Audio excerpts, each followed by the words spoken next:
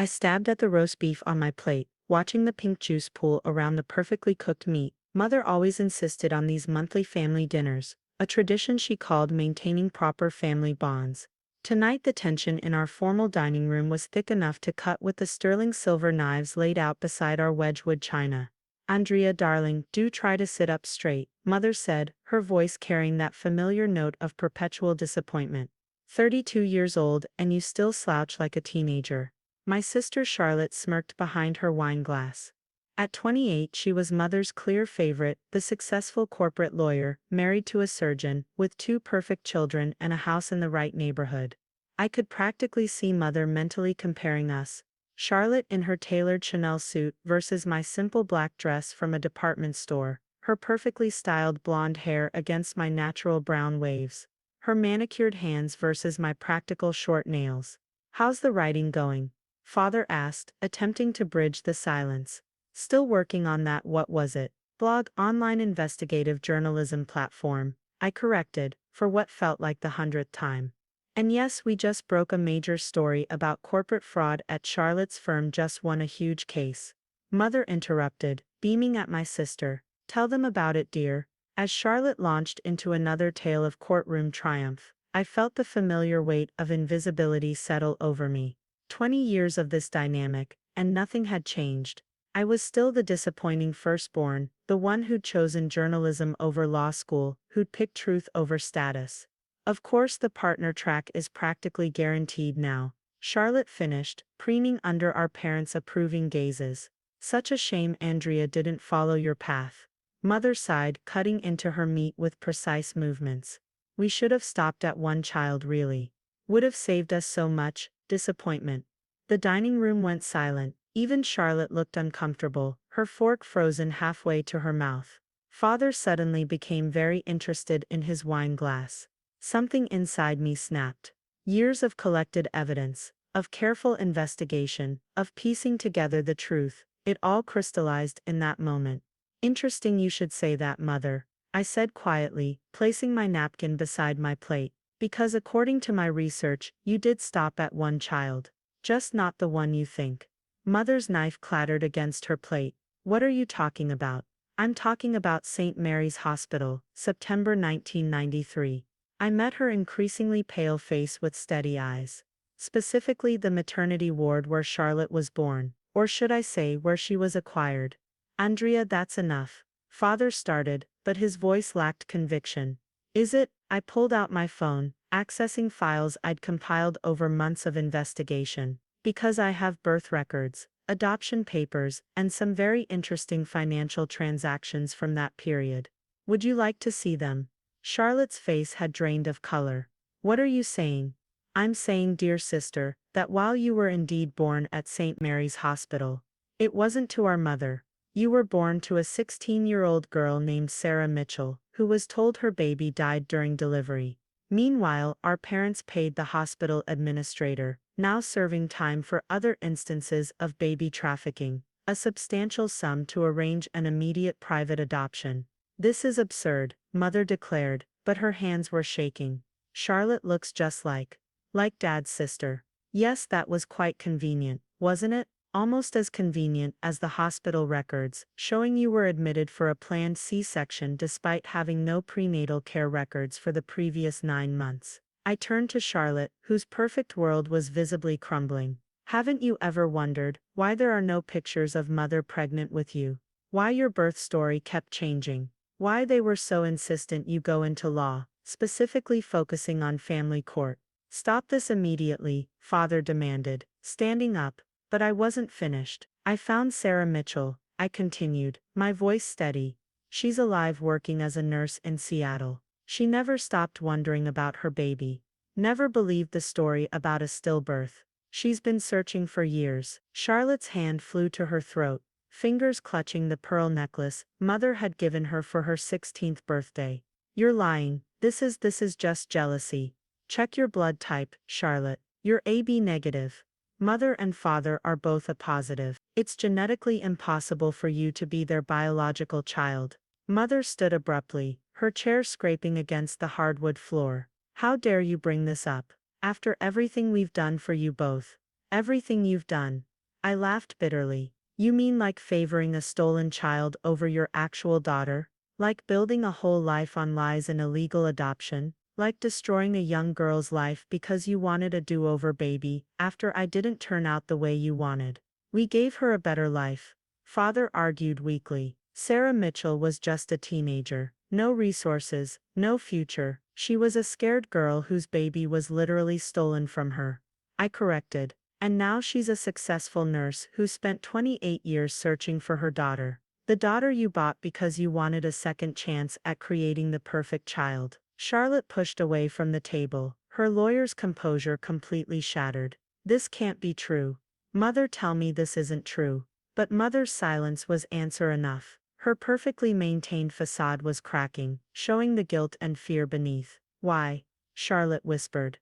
Why would you do this? Because Andrea was such a disappointment. Mother snapped, her true nature emerging under pressure. Always questioning, always challenging, never fitting in. We wanted a proper daughter, one who would follow the right path.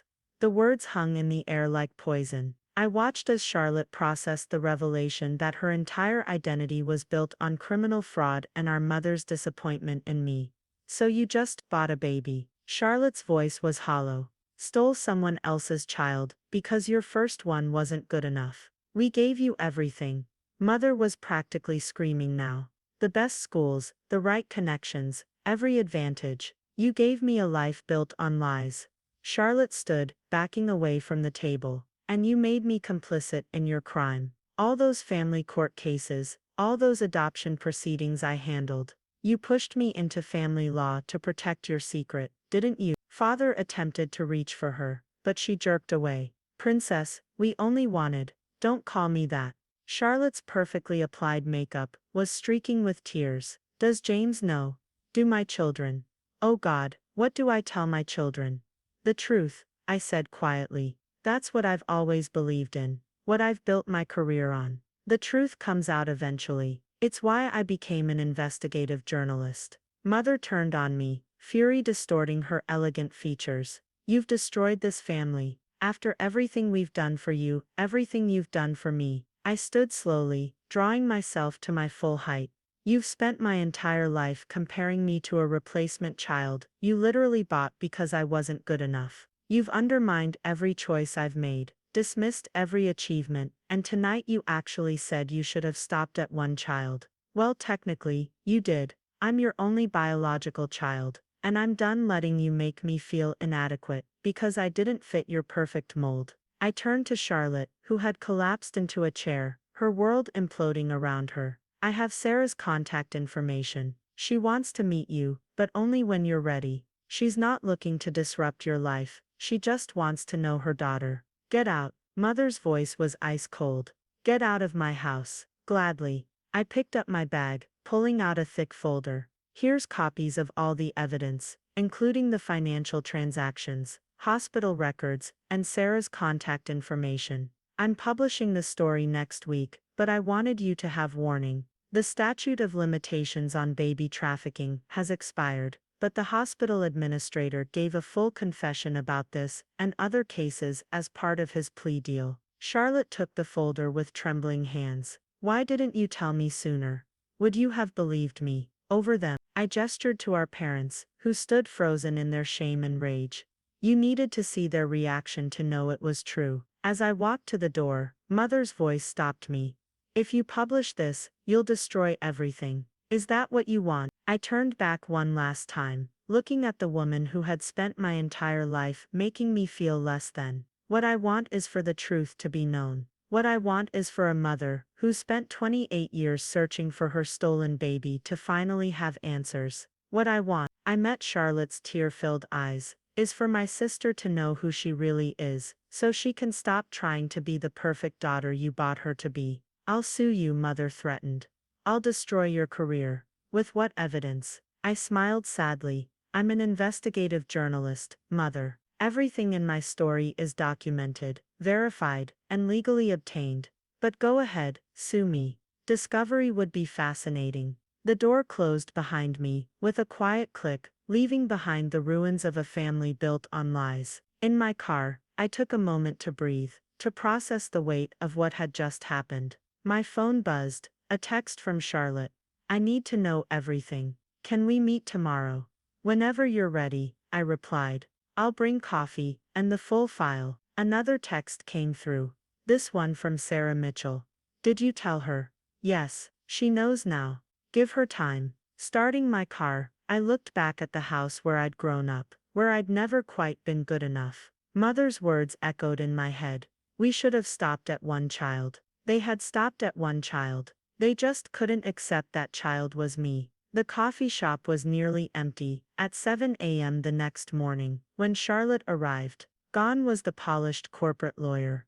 My sister looked like she hadn't slept, her designer clothes replaced by yoga pants and an oversized sweater. Her hands trembled as she clutched her phone. I spent all night Googling Sarah Mitchell, she said without preamble, sliding into the booth across from me. She works at Seattle General, Chief Nursing Officer. She has 2 other children, both boys. I have brothers. I pushed a cappuccino toward her. Half-brothers. And yes, Ryan and Michael. They're both in medical school. You've met them? No, but I've talked to Sarah. She wanted to know everything about you before we went public with the story. I pulled out my laptop. She has a whole box of letters she wrote you over the years, never sent, birthday cards, Christmas cards. She never stopped thinking about you. Charlotte's eyes filled with tears. She wanted me. Oh, Charlotte, my heart ached for her. She fought like hell to find you. The hospital told her you were stillborn, showed her a death certificate. She demanded to see your body, but they said it had already been sent to the morgue. When she tried to investigate, she was threatened with legal action. And the Wilsons just bought me, like a designer handbag. They paid $250,000 to the hospital administrator, Robert Chen. He's currently serving 15 years for similar cases spanning 2 decades. I opened a file on my laptop. Here's the wire transfer records. They labeled it as a charitable donation to the hospital's foundation. Charlotte stared at the documents, her lawyer's training kicking in. This is why they pushed me toward family law. All those adoption cases they wanted me to handle. They were making sure they had someone on the inside who could protect their interests. They also donated heavily to judges handling adoption cases. I showed her more financial records. They built a whole network of protection around their secret. Does James know? Her voice cracked. My husband, should I tell him?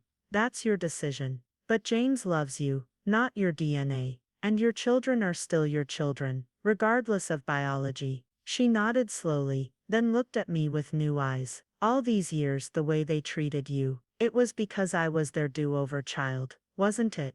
Their chance to create the perfect daughter after you disappointed them. Mother couldn't have more children after me. Something about complications during delivery.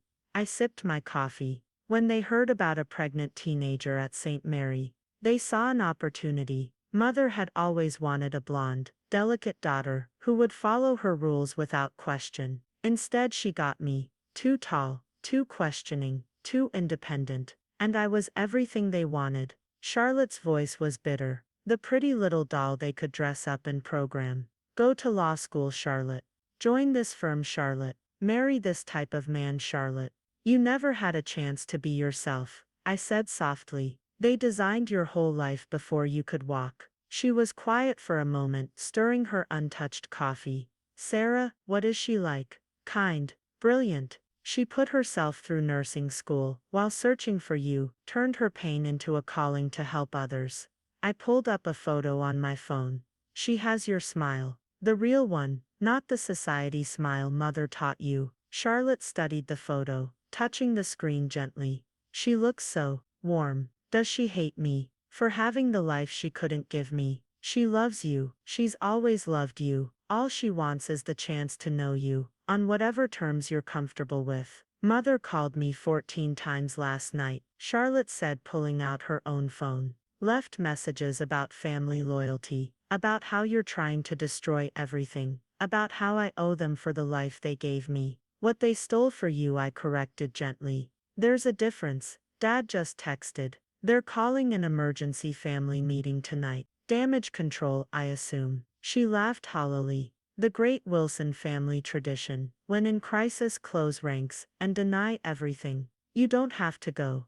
Yes, I do. She straightened her shoulders, a hint of the confident lawyer returning. But not for the reasons they want. I need to tell them exactly what I think about using me as a pawn in their social climbing games. My phone buzzed, a news alert. Someone had leaked the story to a competing news site. I showed Charlotte the headline. Prominent family implicated in historical baby trafficking case. Mothers trying to control the narrative, I explained. By leaking it to a friendly outlet, she's hoping to spin it as a loving family adoption story, rather than what it really was. Charlotte's lawyer mask fully descended. Not if I have anything to say about it.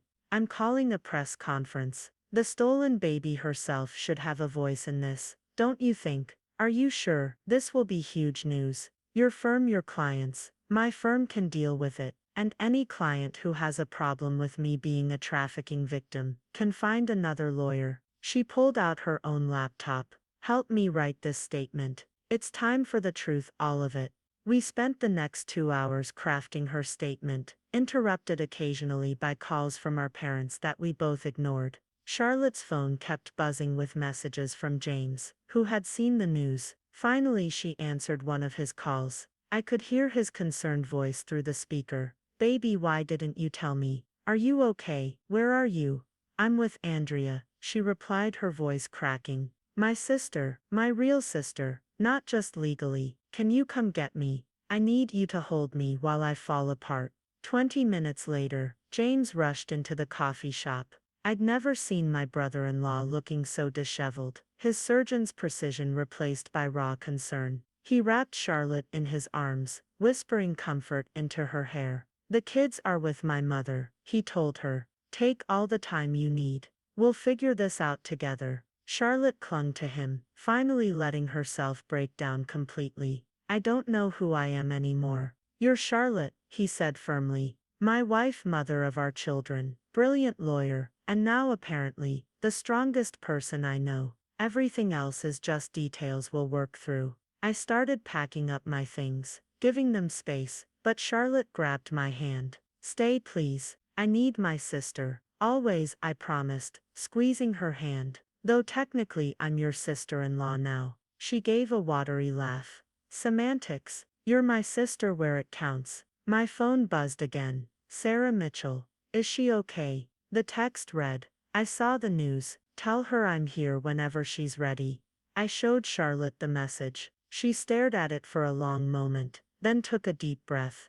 Tell her I'd like to meet her. Not today, but soon. Tell her I want to know my story. My real duo.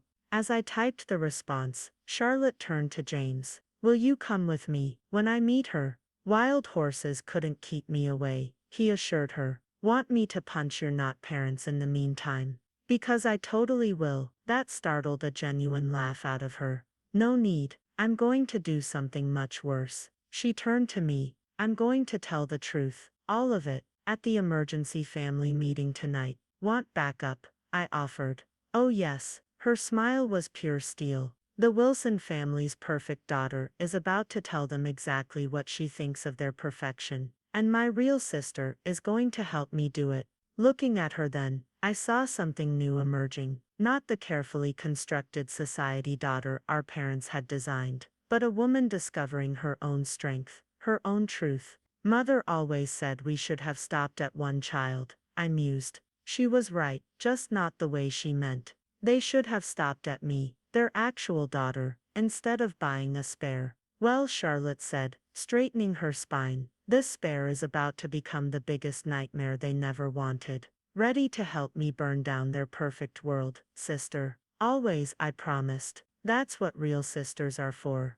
The Wilson family estate loomed before us at precisely 7 p.m. Its Georgian columns and manicured lawns a monument to carefully curated appearances. Charlotte sat in the passenger seat of my car, her professional armor back in place. Chanel suit, perfect makeup, not a hair out of place. Ready? I asked, putting the car in park. No, she smoothed her skirt. But let's do this anyway. We could see the other cars already parked in the circular driveway. Uncle Richard's Mercedes, Aunt Patricia's Range Rover, Grandmother Wilson's vintage Rolls-Royce. The whole clan had been summoned. Mother's going full damage control, Charlotte observed. She's called in all the flying monkeys. Flying monkeys. It's what Sarah, my birth mother, called her hospital administrators when they tried to cover up what happened. The enablers who helped maintain the lies. She touched her pearl necklace, then deliberately removed it. I'm done being their perfect puppet. Inside, the family had assembled in the formal living room. The air was thick with expensive perfume and tension. Grandmother Wilson sat in her usual throne-like chair, while our various aunts and uncles perched on antique furniture, looking uncomfortable. Mother stood when we entered, her face a mask of controlled fury. Charlotte, darling, come sit by me. Andrea, I'm surprised you came. I invited her, Charlotte said firmly. My sister stays. I am your mother, Mother hissed. And this ungrateful, you are not my mother. Charlotte's voice cut through the room like a blade. You are the woman who bought me from a corrupt hospital administrator. My mother is Sarah Mitchell, and she spent 28 years searching for the baby you stole. The room erupted in gasps and mutters. Grandmother Wilson's face went pale. Now see here, Uncle Richard started, but Charlotte wasn't finished. No, you see here. She pulled out a folder, copies of all our evidence. This family built its reputation on a crime. You didn't just buy a baby, you destroyed a young girl's life. And then you used that baby, me, to torture your actual daughter because she didn't meet your impossible standards. We gave you everything. Mother's composure cracked. A life of privilege, the best education. You gave me a life of lies. Charlotte's voice rose. Every achievement, every success, it was all part of your perfect plan. Go to law school, handle adoption cases, protect the family secrets. Did you think I wouldn't figure it out? That I wouldn't eventually realize why you pushed me into family law? Father stood up, trying to take control. This discussion needs to happen in private. Nothing about this is going to be private anymore. I interrupted, pulling out my laptop. The story's already breaking across multiple news outlets. Your careful leak to that friendly reporter. Too late. The full story is out, including the hospital administrator's confession and the financial records. Grandmother Wilson finally spoke, her voice ice cold. You would destroy this family's reputation. After everything we've done for you both. Done for us? I laughed.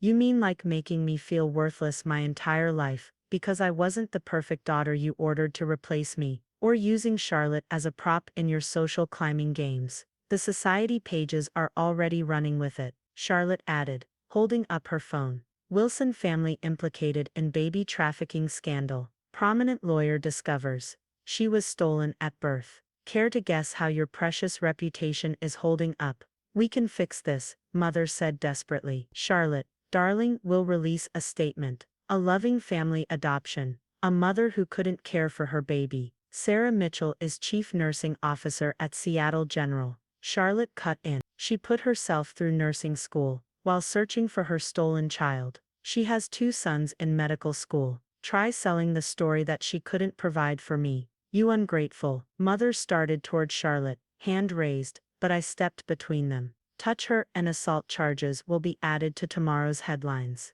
Aunt Patricia, always the peacemaker, tried to intervene. Surely we can handle this privately. Keep it in the family, this family. Charlotte's laugh was bitter. The family that bought babies, that destroyed lives for social status, that emotionally abused their actual daughter because she didn't fit their perfect mold. She turned to our assembled relatives.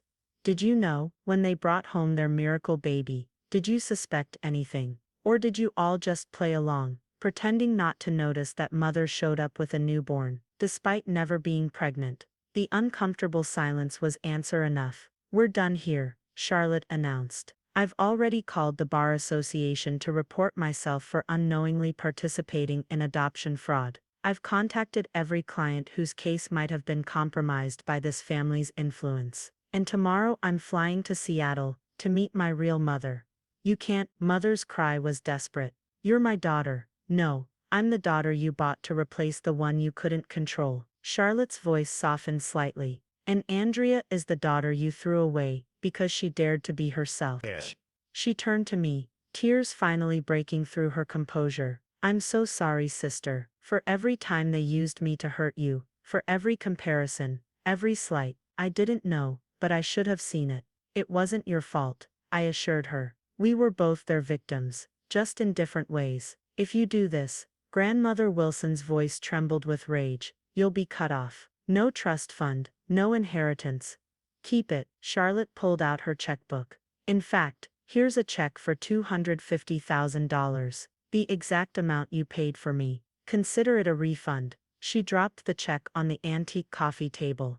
I resigned from the family law practice. I'll be starting my own firm, specializing in helping trafficking victims reunite with their families. And I'm keeping my married name. I'm Charlotte Hayes now, not Wilson. And I'm publishing everything, I added. Every document, every confession, every detail of how this family bought a baby, because their first daughter wasn't good enough. You would destroy your own family. Father asked weakly. You destroyed this family the moment you decided to buy a replacement daughter, I replied. We're just exposing the rot that was always there. Charlotte took my hand. Goodbye, Mr. and Mrs. Wilson. I'd say it's been a pleasure, but my real mother taught me not to lie. As we walked out, Mother's voice followed us. We gave you everything. No, Charlotte called back without turning around. You gave me a life built on lies. Andrea gave me the truth. That's worth more than everything you ever bought me. In the car, Charlotte finally broke down,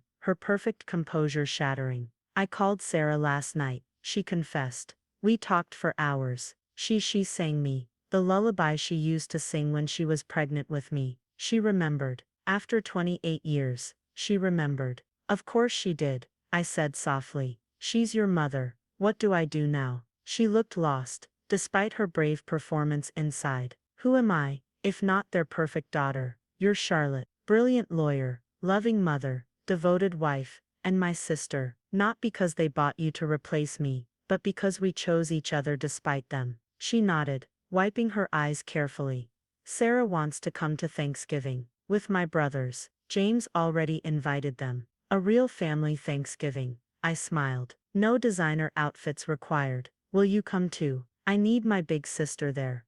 Always, I promised. Though technically, oh shut up about technically. She laughed through her tears. You're my sister where it counts. As we drove away from the Wilson estate, neither of us looked back. Behind us, a family built on lies was crumbling. Ahead of us lay something new, something real. Mother always said they should have stopped at one child, Charlotte mused. I guess they did. They just didn't stop with the right one. They stopped exactly where they should have. I corrected her. Everything after that was fraud. But look what we built from it. Two sisters who found each other despite them, not because of them. She smiled. A real smile, not the society smile they'd taught her. Take me home. I need to hug my children and tell them about their amazing new aunt in Seattle. And their aunt right here, I reminded her. My sister, she agreed. The real one. 3 months after the family meeting, I sat in the departure lounge at Seattle-Tacoma International Airport, watching Charlotte nervously adjust her casual sweater. Gone were the designer suits and society trappings. My sister had undergone a transformation as dramatic as the scandal that prompted it. Stop fidgeting, I told her gently. Sarah already loves you.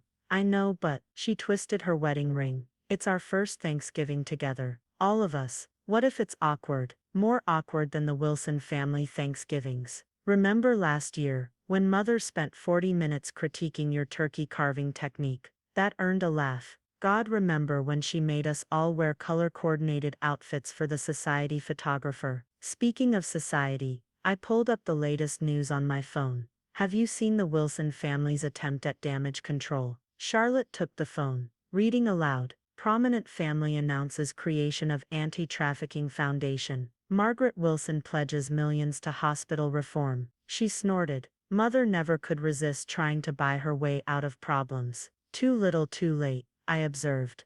The Bar Association's investigation into their influence on adoption cases is still ongoing. Good. Charlotte's voice was firm. Every case they touched needs to be reviewed. How many other Sarah Mitchells are out there, searching for stolen babies? The flight to Seattle was smooth, filled with Charlotte practicing what she wanted to say to her birth mother. Though they'd spoken daily since the revelation, this would be their first in-person meeting. Sarah was waiting at arrivals, flanked by two tall young men, Charlotte's half-brothers, Ryan and Michael. The resemblance was striking. They had the same blonde hair and bright blue eyes. Charlotte, Sarah breathed, stepping forward hesitantly. My baby. The careful speech Charlotte had prepared evaporated. She flew into Sarah's arms like a child coming home, both of them crying openly as airport travelers streamed around them. Mom, Charlotte whispered, the word carrying 28 years of longing. Ryan and Michael joined the embrace, forming a protective circle around their sister. I stood back, documenting the moment with my phone's camera, until Charlotte reached out and pulled me in. My other sister, she told her brothers firmly. The one who gave me the truth.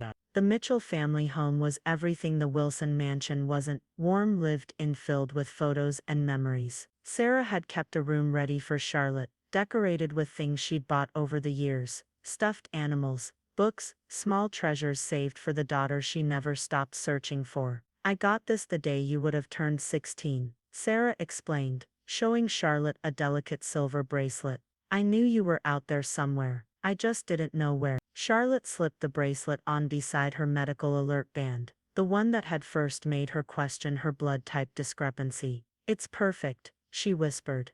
James arrived that evening with their children, who immediately took to their new grandmother and uncles. 8-year-old Emma was fascinated by Ryan's medical textbooks, while 5-year-old Lucas demanded piggyback rides from his tall uncles. They're naturals, James observed, watching his children with their new family. Better than the Wilson gatherings where they had to sit still and not touch anything. Speaking of Wilsons, I checked my phone. Mother's Foundation announcement is getting shredded on social media. Apparently people don't believe her sudden interest in trafficking victims is sincere. Imagine that, Charlotte said dryly. Think she's noticed I donated her precious pearl necklace to Sarah's hospital's children's ward. The days leading up to Thanksgiving were filled with new traditions. Sarah taught Charlotte the family recipes, sharing stories of her own mother and grandmother. Ryan and Michael showed off their medical school, proudly introducing their newfound sister to their colleagues.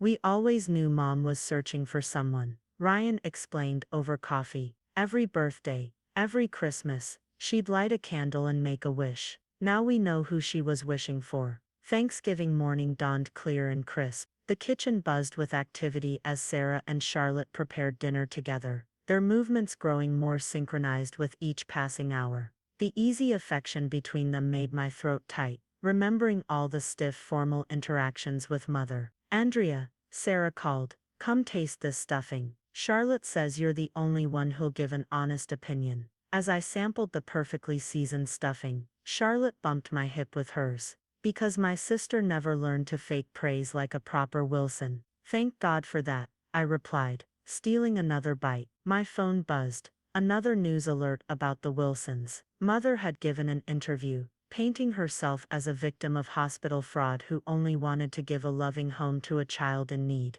She's still trying to control the narrative, Charlotte observed, reading over my shoulder. Still can't admit what she really did. To Sarah, to me, to you. Speaking of control, Sarah hesitated. I have something for you both. She retrieved a small box from her room. I saved everything about my pregnancy and the birth. Hospital records, the fake death certificate, even the little hat they gave me to take home empty. I thought, maybe you'd want to write about it, help other families separated by trafficking. Charlotte and I exchanged looks. Actually, I said, we've already started. Charlotte's new law practice is partnering with my investigative platform. We're calling it Project Reunion. Help other stolen babies find their way home, Charlotte added. Because everyone deserves their truth. Sarah's eyes filled with tears. My daughters, changing the world together. Daughters? I questioned softly. You gave me back my baby, Sarah said firmly.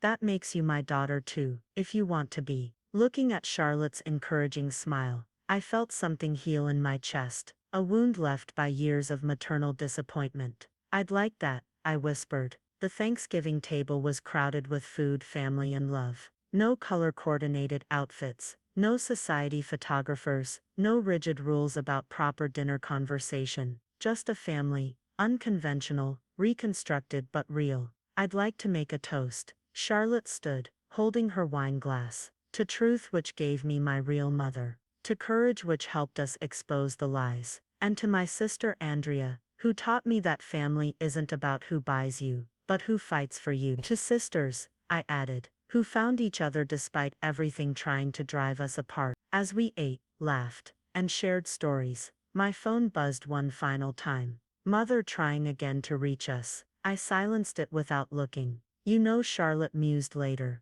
as we cleaned up, Mother was right about one thing.